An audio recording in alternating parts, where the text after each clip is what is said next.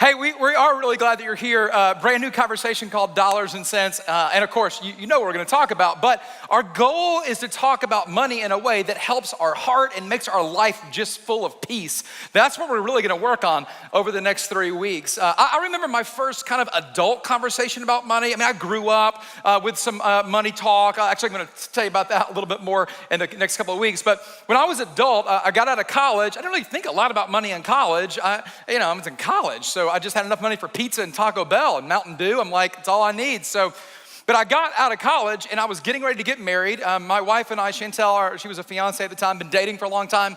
And we were really excited to get married. So we went through premarital counseling. Some of you have been through that, right? Worthless, completely worthless. And so yours wasn't, mine was. The guy was fantastic. I mean, the guy who did our premarital counseling was a really great guy, sweet, he was super knowledgeable, but I just spent the whole time looking at, Chantel thinking, I don't need counseling. I just need to longingly look in this girl's eyes for the rest of my life. I mean, how hard can marriage be? Look at this, right? 22 years ago, young, naive Gavin. So I remember one of those counseling sessions in premarital counseling, we talked about money, we talked about finances. And specifically, we talked about budgeting. And I remember the pastor guy said, so when you think about, expenses, think about budgeting, you should probably plan to spend about a third of your income on housing. I don't know if that's still the rule today, but he said about a third of your income on housing. And I looked over at my soon-to-be wife and I'm like, we didn't have jobs yet. I'm like, what's a third of nothing? Like how do you figure that out? So we got married, got back from our honeymoon, got jobs then at that point. Luckily we had saved a little bit of money in college. And so we were able to get our first apartment. And I just thought it was fantastic. 2067 apartment P, Lake Park Drive. I don't remember there being a lake, but they called it that because it made it sound better. I thought it was the greatest apartment ever. It was the first time we were able to live together. We had our own little one-bedroom apartment, 750 or 60 square feet. It had a bedroom, a bathroom, a little kitchen. It had a little sofa that we sat in. It was a hand-me-down sofa, and the springs poked you in places you don't want, but that's okay because it was our place. We loved that apartment. Right behind it, there was some tennis courts, and there was like a little pool even behind that. The name of the complex was called Post Village. I just called it the Garden of Eden because it was so perfect. I loved being in that apartment, coming home after a terrible day of bad jobs like your first job was too, and having my wife there and just spending time together in that apartment. It was so great. It was so great. And then one day we were making new married friends. You know how this works? Like you get married and you gotta get new friends, call your single friends, or they're morons, so you gotta get married friends. And so we got some new married friends, and one of our married friends invited us over for dinner. And we went over to their house. I remember I walked into their apartment and I kind of stopped and looked around, and the guy was like, you can come in. And I said, I know, I'm just looking. He said, what are you looking at? I said, your apartment is so nice. I said, it's so clean. He goes, well, we clean it. I go, no, we clean ours too, but 2067P Lake Park Drive, there's just something wrong with that apartment. This is so much better. He goes, well, it's a brand new apartment complex. We're the first tenants to live in this apartment. So the whole time we had dinner, I didn't even remember having dinner. I just remember looking around that apartment. And on the way back home, I just thought, there is no way I can spend one more night in my dingy, dirty, grimy, disgusting. The door doesn't always shut. The cabinets are gross. I mean, the sofa's poking me. We're trying to watch Seinfeld and I can't even laugh because I'm in pain. They had a new leather sofa too. So I just remember thinking, we got to get out of the Garden of Eden. This is the Garden of Hell. This isn't the Garden of Eden. Like, we got to get out of this place. And so not long after we moved, and you better believe we moved to a brand new apartment. 1217 Barberry Lane, brand new apartment complex. We were the first people to live in there. Now, being the first to live somewhere has its disadvantages, like nothing worked when we first moved in, but it was really clean. All the cabinets worked. It was so great. I mean, I thought Lake Park Drive was great. Barberry Lane, way better. We lived there for a little while, and I just thought we had found our long-time forever home. And then we got invited to another party, and it was at somebody's house. And I remember walking into this person's house, and it wasn't like a dramatic house. I mean, just a couple of bedrooms and all that, but I thought, they have way more bedrooms than we have. How can I live in this one-bedroom apartment on Barberry Lane? We only have one bedroom, and how is that even gonna work? Luckily, my wife was pregnant at the time, and she said, we probably should start thinking about something a little bigger because we're gonna have a baby. And I remember thinking, really, a baby's like this big? Like, We don't have room for that. We got 100 more square feet in this apartment than the previous one. I learned later, babies take up a lot of space. So we ended up looking around. Now, I bet you've been through this. We were looking for our first house, and we had a price range we're looking in because you have a third of your income. So we had a price range we're looking at. And ironically, all the homes that we liked the most were just out of our price range. The homes just above our price range were so much nicer than the ones in our price range. So I kind of worked through the numbers, and then it didn't work, so I worked the numbers again. And after like 4 times of working the numbers, eventually we made them lie enough that they worked. And so we moved into our first house, and I loved that house, 107 Hanbury Lane. It was the best place, man. It was like our own 0.2 acres that we could just kill the grass and just whatever we wanted to do there. It was awesome. We could paint it, we could do anything we wanted. It was our house. We had 3 whole bedrooms. We had twice as much square footage in the house as we had in that silly little terrible apartment that we were living in. 3 bedrooms. We had our first, child, daughter. We painted the walls pink, and I remember we stamped like butterflies in a darker pink on her wall. I don't know that I would do that now, but we did back then, 22 or 18 years ago. It was pretty awesome. Then a couple of years later, we had our second child, a son. I painted his room green. Guys, you're gonna love this. And I painted the back 9 of Augusta National, the scorecard, on his walls, because I had big plans for this kid. And he grew up, and now he's like a football player and a drummer. So we still love him, but it didn't really work out. But we had plans, and the room looked amazing, right? And then one day, we were out for a walk. And we walked around the back of our neighborhood, and we noticed there was another neighborhood right around the corner we'd never really been in before. It was called The Point at Lake Kedron. Now, I don't even tell you what this neighborhood is about, and you already know. Like, it's nice. I mean, it's the point. And it's on Lake Kedron. And so we started kind of looking at houses, and there was this one house that looked like a castle. And it was beautiful. It wasn't finished yet. It was only 45 days into construction. And we hadn't even seen what the outside was gonna look like, and we both looked at it and thought, this is what God has for us. And so, which is what you say when you wanna do something that you don't pray about. And so we went into the house because it was in construction, and we started walking around and looking at it, and it was spectacular. Like, we could have fit 2 or 3 of our current houses into this brand new house. And we walked back out of that house, and I looked at my wife, and I was like, well, we have to move here. This is where we need to go. In fact, on the way back to 107 Hareberry Lane, I thought, how can we possibly stay in this 3-bedroom house? It's so small. I mean, we can only fit a few of us around the kitchen table. And by the way, the grass is all dead now. So how can we possibly live in that terrible house again? And so guess what we did? A few months later, we put our house up for sale, and we bought that big house on the point on Lake Kedron. Now, our house wasn't on Lake Kedron, but you didn't know that. It sounds like it was, because it's in the point on Lake Kedron. Win, win, win. And so we moved into that house. Now, just quick pause. Anybody else been through this before? Like, you were driving your old Nissan Altima, and the wheel covers kept falling off, and then you got in your friend's German car, and you thought, well, I can't drive the Altima ever again, right? That was a real true story too. So there's this thing that happens in our worlds around discontentment. And there's this thing that happens when we kind of start seeing what other people have, and we begin to want it. In fact, I loved our first apartment until I saw a better apartment. And then I loved our better apartment until I saw a person's home. And then I loved our house until I saw a better house. There's this kind of discontentment, this emotion that just kind of bubbles up in us when we become, and here's the key word, aware of the things that we don't have. In fact, awareness is really what fuels discontentment. It's when we become aware of what we don't have that we become aware of what we do have. And when we become aware of what we don't have, we suddenly start wanting what we don't have. In fact, the things we do have stop looking quite as good as they used to. You know, a long time ago, we probably didn't all think this way. I know that for me growing up, we didn't really think this way. Like in the past, for me as a kid, our family, we just replaced things. Like if something broke or maybe got worn out, or in my case, I lost it, then we would replace it. Like I grew up, my mom would buy me tough skin jeans when I was a kid, and it wasn't because they were cool, because they weren't. But when you got a hole in the knee of a tough skin jeans, the patch would stick to it way better than Levi's. It was like a different kind of denim. It probably wasn't even denim. But we replaced things. We didn't really buy things for no reason. But today, and I'm as guilty as anybody, we kind of don't replace as much as we upgrade, right? Like today we like to upgrade things. The reason we upgrade is because we find that there's a better version. We just have to have it. We're aware that there's something better and we just want it. I mean, think about all the different areas of our life. I mean, luckily there's only a handful of these. I mean, we like to upgrade kitchens, bathrooms, neighborhoods. We like to upgrade technology, computers, phones, clothes, boats, what else? Pretty much everything, right? Like there's really nothing in our life that we can't see something better of and end up wanting it. And the problem is that when we see that better thing, we really do want it.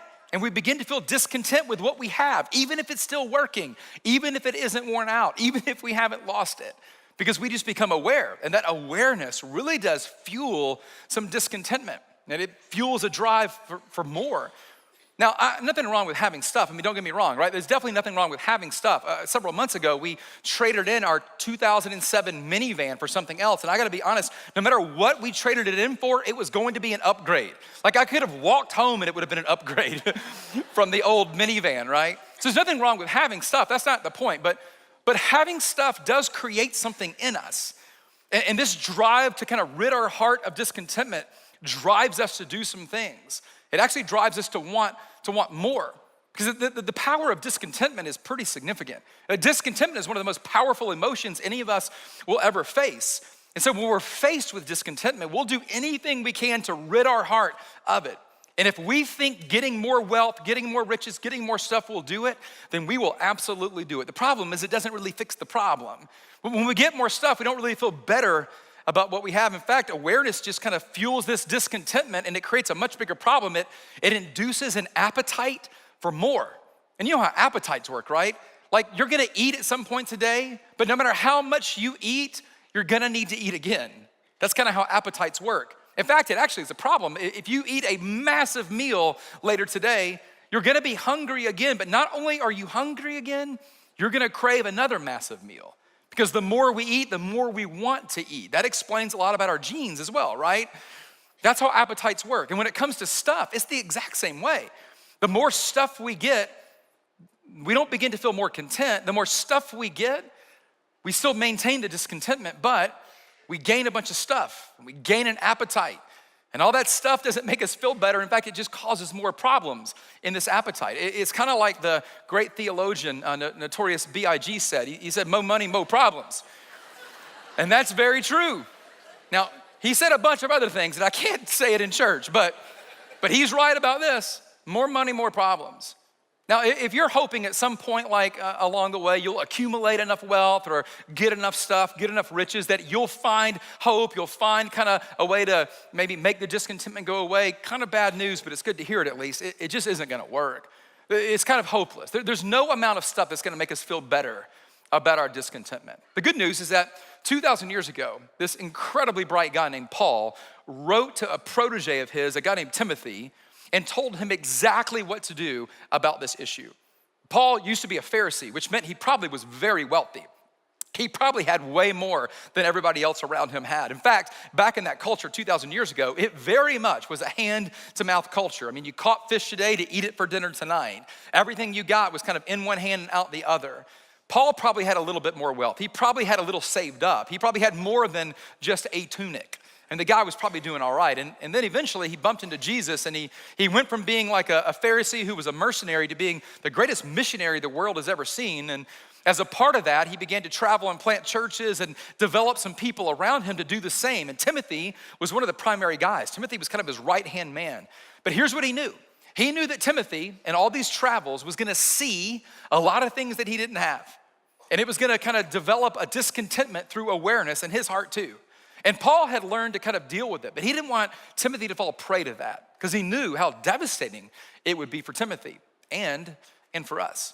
So in one of the letters that he wrote to Timothy, he tells him exactly what to do about this issue. Here's kind of how it starts. This is in 1 Timothy chapter 6. He says, "Yet true godliness with contentment is itself great wealth." So this is a massively bold statement. Okay, basically what Paul is saying is that living in a godly way brings some contentment, and that by itself is all the wealth that you will ever need. That's a really, really bold statement. And I will tell you this, it definitely goes against what the world has taught us, and it goes against the way most of us have been trying to live because again, we just didn't know better. We kind of grew up being taught that it works in opposite of that. In fact, here's kind of what we believe. We kind of believe that wealth is really required for contentment. Like we believe the more stuff we have, the more content we'll be, that wealth is the pathway to contentment. And listen, I fall prey to that. I think that sometimes. I mentioned earlier that I traded in that 2007 minivan and I got a car that I really like a lot. And when I drove it home, I was so happy. I was so content. In fact, I got home, we had only had it 4 days and I was already washing it. I hadn't washed that minivan in a decade, but I couldn't let the new car go a week without washing it. In fact, my kids even noticed, they'd go, "Dad, why are you washing the car so much?" And I'm like, "Because look at it. It's amazing. We need to keep it clean." I remember our kids wanted to get in and I was like, "No, you can't ride in this car." There are no kids allowed in this car. We made a huge mistake. We were at a football game. My youngest daughter was cheerleading. And I don't know who decided this was a good idea, but they decided at some point in the cheering thing to throw glitter everywhere. Listen, the person who invented glitter, I don't know what's in hell, but glitter is covering it, okay? And so our kids were wanting to go home and I just looked at them and I was like, "Well, you gotta find a ride." Like, do you have Uber on your phone? Like, you can't get in my car, right? So, but I thought, no, this can't be true. Like, I'm too attached to this car. So I said, "Get in." That was 8 months ago. Listen, I'm not kidding. I vacuumed the car yesterday. I found more glitter yesterday. Still in there. Because that contentment didn't really come from the stuff. It felt good for a moment, trust me. I spent a few weeks really content with that new car until my kids got in with glitter. I'm not content anymore. I felt really content in my first apartment until I saw that better apartment. Felt pretty content in our first house until I saw the point on Lake Kedron. That's kind of how wealth does, and we really buy into this, right? We believe that wealth is gonna lead to this version of contentment, but it really doesn't. Paul says it's actually the opposite. Paul says that contentment is itself a great wealth. That's pretty cool, if it's true. And the logic that Paul takes Timothy through is pretty interesting. I think it's fascinating. And I think it was meant for Timothy. I think it was meant for all the people Timothy was leading. I think it's meant for us. In fact, I think if Paul were writing us a letter, he probably would say the same thing.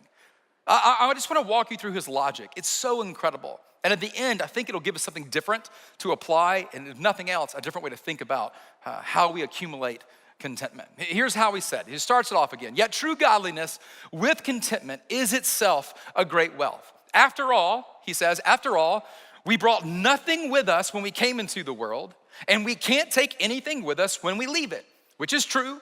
I mean, we're trying to take things with us, but the reality is we can't, right? So he continues. "So if we have enough food," he says to Timothy, "and if we have enough clothing, let us be content with just that." Now let's pause for a second because that seems insane, doesn't it? Like the world that we have grown up in has taught that that is no way possible. Now there is a move to simplicity. I think a little bit of this kind of cultural move to simplicity is because we've realized that getting more and more and more isn't really solving anything. It's just making it more complicated, right? More money, more problems. But this is fascinating. Think about it for a minute. Like, what would it look like if in your life, if you really just had the necessities that you needed in the moment for that moment? No more, but also no less. I think it would actually be really peaceful. I think there's a level of contentment that may actually come from that.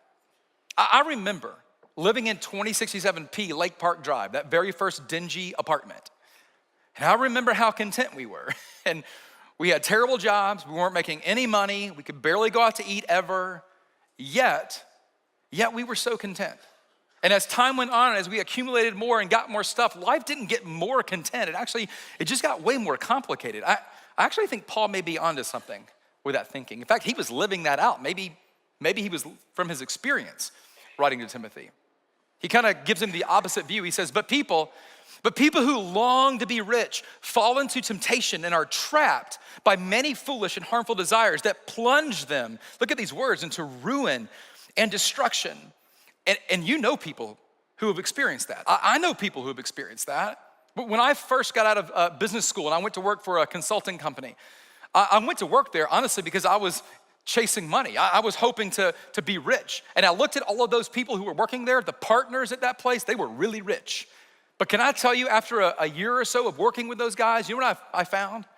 All of them were unbelievably discontent. They had more money than they knew what to do with. They were so discontent. You know what? That kind of chasing after money, you know what it did in their heart? It ruined and destroyed more things than I can even tell you. I watched their pursuit of riches ruin relationships.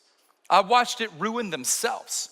I watched their families be destroyed. I watched their first marriages be destroyed. I watched many of their second and third and fourth marriages be destroyed, all because of what they were chasing. I think Paul's right. And then right after this statement, he gives us this phrase, this one sentence, and I bet even if you're not a church person, you've probably heard this before, but you've probably heard it misquoted. It's one of the most misquoted pieces of scripture in the entirety of the Bible. Here's what Paul said. He says, for the love of money, not money itself, but this like chasing after wealth, chasing after stuff, the love of money is the root of all kinds of evil. Now, what you've probably heard is that money is the root of all evil, but that is not what Paul said. Money isn't the problem. Our heart is the problem. It's the love of money that's the problem. I was talking to my friend Tim Goodwin about this. Tim's a financial planner, and he does such a great job with people's finances. And he said that he talks about this a lot because the love of money is the problem. But money isn't really a problem. Money actually is amoral. Money is kind of like a brick. A brick can be used for some really great things. A brick can be used to build a hospital or maybe even build a church. Or a brick can be used to throw at somebody. Now, maybe they deserved it, but that's not the point, right? A brick isn't the problem. It's how the brick is used. That's the problem. And when it comes to money, it's no different. The love of money is the problem. It's the heart behind it. That's the problem. So here's what he says next. He says, for the love of money is the root of all kinds of evil. And some people, and we know some of these people, craving money have wandered from the true faith and pierced themselves with many sorrows. It's so easy to wander away from what you really value to what you see. It's so easy to wander away from the faith and wander towards what you want more, at least in that moment, maybe not long term. When you think about the different sorrows that come from this, oh my gosh, they're so long, right? Like uncontrollable expenses, that's a sorrow. Mounting consumer debt is a sorrow. Not knowing where your money's going is a sorrow. Or how about this, like just hoping that you're gonna discover peace and contentment through the pursuit of stuff. That's full of sorrow. It's full of longing. But he says to Timothy, he says, but you, Timothy, you are a man of God, i.e., you're living in a godly way right now. Keep it up. You are a man of God, Timothy. So run from all of these things. Flee from these things. In other places, Paul says to flee from immorality. It's the same idea. Run away. Run away from this love of money. Run away from money? No. But run away from the love of money. And run as fast as you can. Don't kind of loiter around it. Don't hang out near it. And here's what's cool. He says, don't even run in random directions away from it. Paul's solution for this is so simplistic, but so beautiful. But Paul actually says the best way to run away from something is actually to run towards something better. In fact, the absolute best way to run from something is to run directly towards something better. Let me give you an example. For instance, let's say that you're trying to get your nutrition in order and you need to run away from donuts. Okay, you're a volunteer at our church, you know this. We give you unlimited bagels, donuts, coffee. In fact, some of you need that right now. Volunteer, we'll give you all you can handle, okay? So you wanna run away from donuts. How successful do you think you'll be if you walk in on Sunday morning and say, today I'm running away from donuts? Today I'm running away from donuts. It doesn't work. And the reason is because when you're running away from donuts, if you're not running to something else, all you're thinking about is what? Donuts, right? Run away from donuts. Well, donuts are still embedded in your heart, in your mind. As well they should be, they're delicious. The best way to run away from donuts is to run towards something better, like cinnamon rolls. That's not a joke. You should definitely do that. They're delicious. The best way to run away from donuts is to run directly towards something else, okay? Maybe cinnamon rolls, maybe it's protein shakes, I don't know. But the best way to run away from something you don't want in your life is to not randomly start running, is to pick something better and run directly towards it. And Paul knew that, which is why he told Timothy to run away from what the world is running to. And you know what the world is running to, right? I'm gonna use a word, and it's kind of a loaded word, but it's greed. That's what the world is running to. Now, greed's hard to see in the mirror, I get that, but we all are a little bit greedy, me too. And here's what greed is. Greed is the assumption that everything I have is for my consumption. That's all that greed is. And Paul says you gotta run away from that, but you gotta run towards something if you really wanna remove it from your heart. Here's how he tells Timothy to do it. He says, teach yourself first, Timothy, but teach everybody else around you.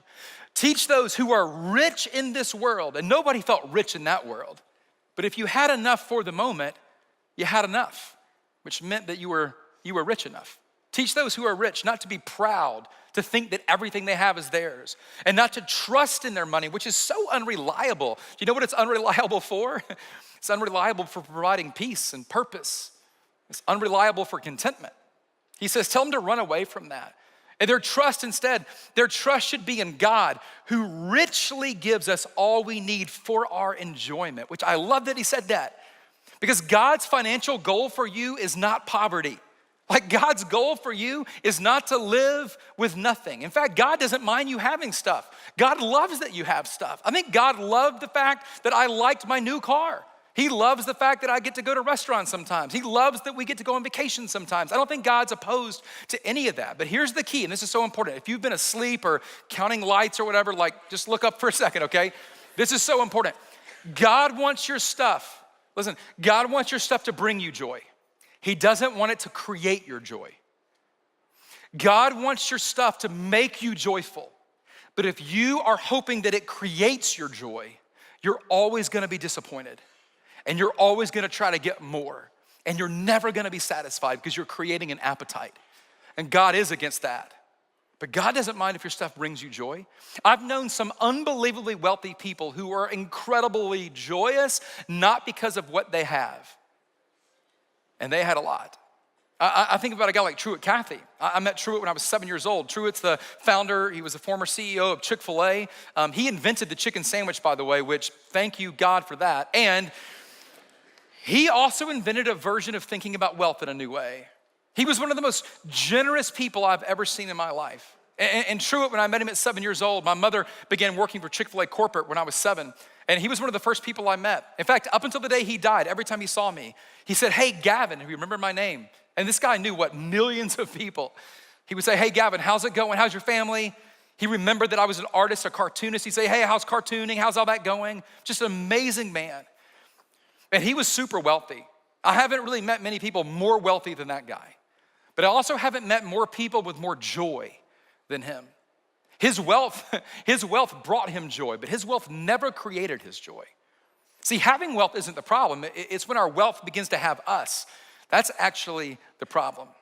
So kind of with that thinking in mind, here's what Paul tells Timothy. It's so fascinating. He says, tell them to use their money to do good. They should be rich in good works, and they should be generous to those who are in need, always being ready to share with others. Another way to say it is that Paul's instruction is simply like this, that we run away from greed by running to generosity. That's what Paul's saying. So if you wanna run away from greed, if you wanna run away from that appetite for more, you can do that, but you gotta run towards something better. You gotta run towards something more fulfilling. You gotta run to generosity. Like we can run away from the love of money by choosing to run to generosity. We can run away from the love of money simply by deciding to just give some of it away. And here's what's so cool about it. On the other side, the results are just outstanding. Paul experienced it. He wanted Timothy to experience it. He said, Timothy, by doing this, they will be storing up their treasure as a good foundation for the future so that they may experience true life. And you know what true life is? True life is true contentment. True life is peace and purpose and joy outside of the accumulation of stuff. Not that there's anything wrong with having stuff, but if your stuff is creating your joy, it'll always leave us a little bit longing. You can imagine 2,000 years ago how incredibly new kind of thinking that was. But really, come on, it's kind of new for a lot of us too, right? And the reason it's new is because we've grown up in a world that has taught us the opposite. Like we've been very well conditioned to desire more, and we've all been kind of birthed into a world that generates an appetite, and we all have eyes, and there's a lot of cool stuff around, and it's really difficult to not be aware of what you don't have. And it's even more difficult to not be discontent with what you have when you see what you don't have. We have this appetite for more, and we all have it. But Paul says there's a way around it. And in fact, not only is there a way around that appetite, there's a way to change the desire. And when we change the desire, it changes everything about our heart. When I started thinking more about today, and especially this verse right here, it really did bring me back to thinking a little bit more about Truett. Truett was the most generous person I think I've ever really met in person. A long time ago when my mom started working there, I was 7 years old, I mentioned, and around that same time, Truett was touring Berry College. And there's a mountain campus at Berry, and it's this beautiful area, but it was kind of dilapidated and it's kind of falling apart. And so Truett decided out of his wealth, he wanted to buy it. But he wanted to buy it so he could use it to do good for others. On that property, he created something called Camp Windshape. When I was 10 years old, I went to Camp Windshape for the very first time. It was an experience of a lifetime, honestly. If you were to ask me right now, what has been the most foundational thing in my life spiritually, I would say, without a doubt, it was Camp Windshape. It was so huge for me. A few years after being a kid as a camper, I got to work on staff at camp. And it was even more foundational in my spiritual life. I didn't know it at the time, but I worked with middle school and high school kids, and I was doing youth ministry. I didn't call it that, nobody called it that. But I can tell you right now, the reason that I am working at a church is because I spent 4 years working in youth ministry at Camp Windshape. And when I got out of camp and got a real job in the real big buildings, and I got to wear like a suit and make a lot of money, in the middle of all of it, I just wanted to give it all up and go back to camp because I just wanted to do something that had meaning, that meant more, kind of like Truett did. When I was getting ready to go to college, I really wanted to go to Berry College because of my experiences at camp. Truett, through his generosity, created a scholarship program called the Windshape Scholarship Program. And every year there's 100 students going to Berry College who have a $20,000 scholarship, 100 of them. It's been going on since 1985. I got to be a part of that. The only reason I even got to go to Berry was because of that. There's no way our parents could have afforded it. But it was because of Truett's generosity I got to do that. But later in life, when I was working kind of for myself and working in the marketing world as a consultant, Chick-fil-A was my largest client. And listen, I didn't really know what I was doing. I was trying to compete with these really big marketing firms. But you know why they kept giving me a business? I don't think it's because I was better. I think it's because of Truett's generosity. Because he had watched me grow up. And I gotta tell you, when I thought about this verse in light of my life and in light of Truett Cathy, listen, he stored up treasure for a long time that set a foundation, and he didn't even know where the foundation was gonna go or who it was gonna be for, but I'm literally an example of that foundation. And I think the whole time he got to experience true life because of that. My guess is that you have those people in your life too, right? In fact, just take a minute. Think about the person in your life who came before you, who did just that, and you were such a benefactor of their generosity. We all have those people, right? Truett actually wrote a book a few years before he passed away. The title was called Wealth, Is It Worth It? And you know, I'm gonna spoil the ending for you, but here's his answer. Yeah, it is, but only if you give it away. He said wealth is absolutely worth it. In fact, you should have wealth. There's nothing wrong with that. It's just that you can't let your wealth have you. Wealth, is it worth it? Absolutely, but only if you decide to give it away, because when you give it away, you fight greed. And when you give it away, you begin to conquer discontentment that's fueled by your awareness. That was his answer. And I gotta tell you, I think he was right. Because every interaction I ever had with him was the most joyous interactions with somebody I can ever remember. He had more wealth than I can ever imagine. And he was completely comfortable giving it away because he knew something. He knew what Paul knew. Can I just ask you a question? Have you ever considered running towards generosity? I know that we've all considered being less greedy. I think we should do that.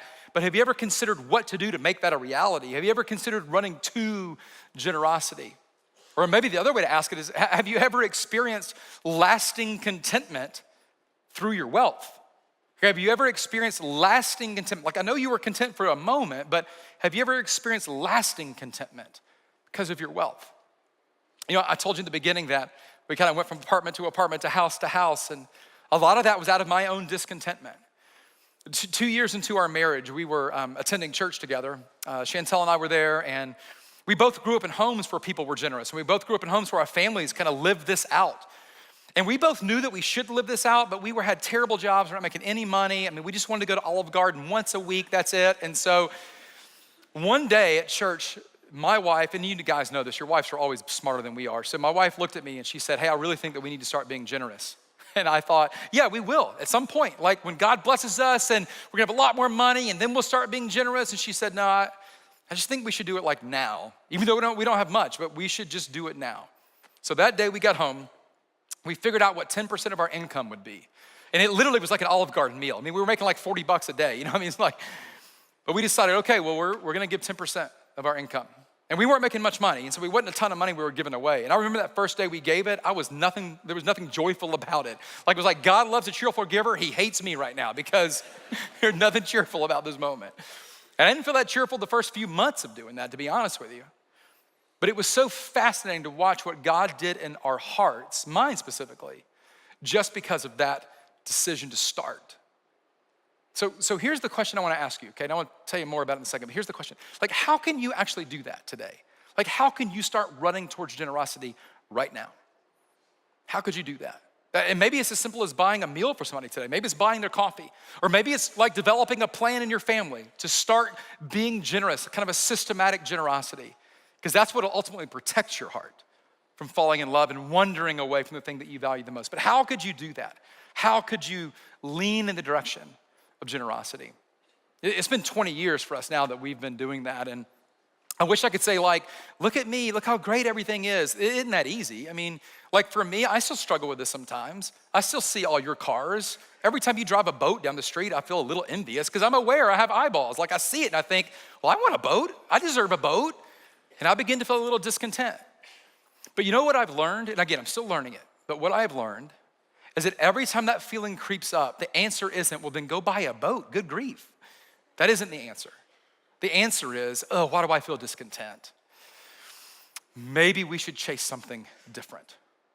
And here's the point. There's nothing wrong with having it. Nothing wrong with boats, nothing wrong with houses, nothing wrong with cars, nothing wrong with vacations, nothing wrong with any of that. But if it's creating your joy, that is a problem. But God wants you to enjoy it. He just wants you to chase something better than that. And what we chase is generosity. So what does it look like for you to begin doing that today? That's where we're gonna pick it up next week.